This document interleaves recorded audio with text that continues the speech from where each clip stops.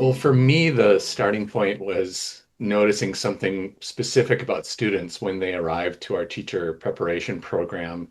Um, Unlike most professions, prospective teachers have spent their entire lives watching teaching happen, just like roughly 13 years of it. But they've always been on the receiving end as students. And so they've observed thousands of hours of teaching without ever having had access to the thinking behind that teaching, the kinds of decisions and the trade-offs and the professional judgment that you really need in this profession that is not transparent at all. So what gets internalized is for these new teachers is often a surface image of teaching as telling, classrooms as teacher-centered, and learning as more passive reception of things to be learned.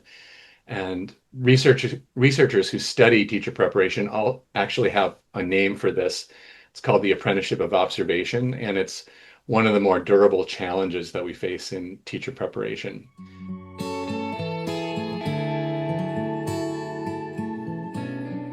So, when my students tried imagining teaching, they were drawing almost entirely on what had been done to them and not in any vision of what they might actually do. And that observation drove the redesign of this foundations course that I'm sharing through my teaching showcase. So, a practical question emerged for me, and that was where in this course are students actually making decisions rather than demonstrating understanding? And once I asked that, the structure of the course started to change. And so the approach that I took has evolved incrementally. Micro teaching as kind of a capstone event in the course came first as a rehearsal space. And one important evolution there has been modeling my own lesson more transparently. When I'm modeling micro teaching to my students, I'm trying to make my instructional thinking much more visible so that students can move past this idea of I'll teach something that they'll soak in, they being their students, to more of an orientation of what strategies can I use as a teacher to maximize student voice and draw on their prior experiences. And so that's been a big change for me in my own modeling is really thinking about how I think out loud about strategies I'm using or build those thought moments and those decision points into the models that I share with students.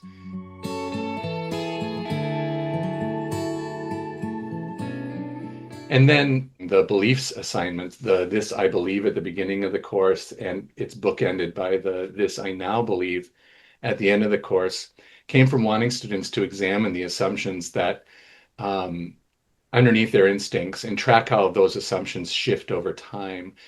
Um, and so that idea of I am an entering professional when I start this course, and here are, in a metacognitive way, are the ways that my thinking has changed through all the different experiences I've had in the course toward the end, and how my professional identity is starting to get shaped by those experiences. And the Digging Deeper project that we do toward the end of the quarter came from wanting my students to experience the kind of collaborative professional planning that they're going to actually do with colleagues, thinking through both the content and the pedagogy in small groups and really thinking about it from a learner's perspective. And so in some, I'm really trying to think about what it means to rehearse toward the real work of teaching from very early in their program, even before they start working with children and in methods courses and things like that.